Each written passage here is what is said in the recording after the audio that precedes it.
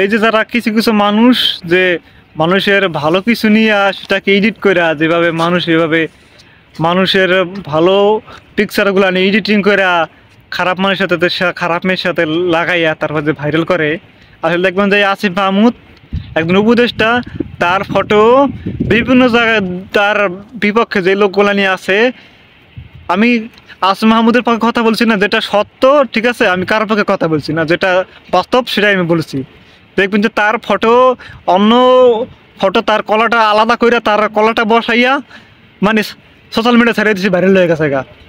এখন কেউ বলছে এটা কি আসলে কি সঠিক নাকি এটা আসলে কি ভুয়া।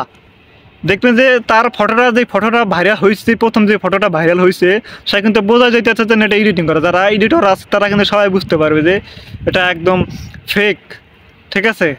এখন এই যে মানুষের থেকে আমি দেখছি যে এই আপনার ফেসবুক আসার পরে, তো ইউটিউব আসার পরে দেখবেন যে ফেসবুক আসার পরে যারা ভালো ভালো যারা মেয়ে আছে, যারা জীবনে খারাপ কিছু করে নাই, তাদের মানুষে এআইয়ের মাধ্যমে জেনারেট কইরা ফটো জেনারেট কইরা সেটা ভাইরাল করে দিয়েছে, ভিডিও জেনারেট করে ভাইরাল করে দিয়েছে। আসলে যারা খারাপ তাদের বিরুদ্ধে আপনারা না করে একটা ভালো মানুষের বিরুদ্ধে এই যে তার ইজ্জতটা নিয়ে যে মানুষ এভাবে চেষ্টা করেন, এটা কিন্তু আসলে ঠিক না, ঠিক আছে। মানুষ মানুষ এটা এই জিনিসটা ভাইরাল করার খুবই একটা মানুষের ইজ্জতের ব্যাপার আছে, তাই না।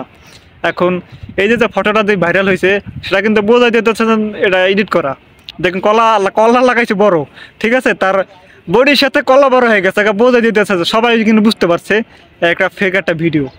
এই নিয়ে সে কোনো কিছু এখনো বলে নাই, ঠিক আছে, নাই তাকে সে কিছু এখন বলে নাই। এখন এই যে তার ভিডিওটা যে ভাইরাল করে তার যে ফটোটা ভাইরাল হলো, এই অনলাইন যুগ আয়া একদিক দিয়ে ভালো হয়েছে আর একদিক দিয়ে খারাপ হয়েছে। কীরকম তাকে তো মানুষ বিপদ থেকেও কিন্তু এই অনলাইনের কারণে অনেকজনের বিপদ থেকেও বেঁচে গেছে, তো আবার এই অনলাইনের কারণে মনে করেন না বিপদও পড়ছে।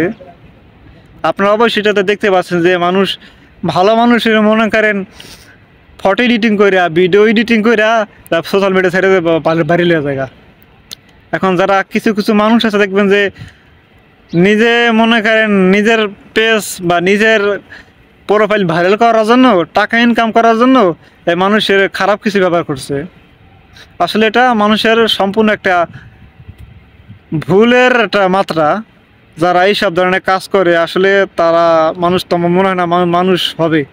কারণ যারা ভালো ঘরের সন্তান তারা কখন এই কাজ করতে পারে না, ঠিক আছে। মানুষকে এভাবে মানুষের ফটো এভাবে এডিটিং করে ভাইরাল করে দিতে পারে না, বা ভিডিও হোক, ঠিক আছে, যে কোনো হোক, এটা শুধু তার কথা আমি বলছি না, এটা যে কে হোক এটা আমাদের করা যাবে না। মানুষের পার্সোনাল লাইফ নিয়ে এটা মানুষের কথা বলা আসলে এটা ঠিক হবে না।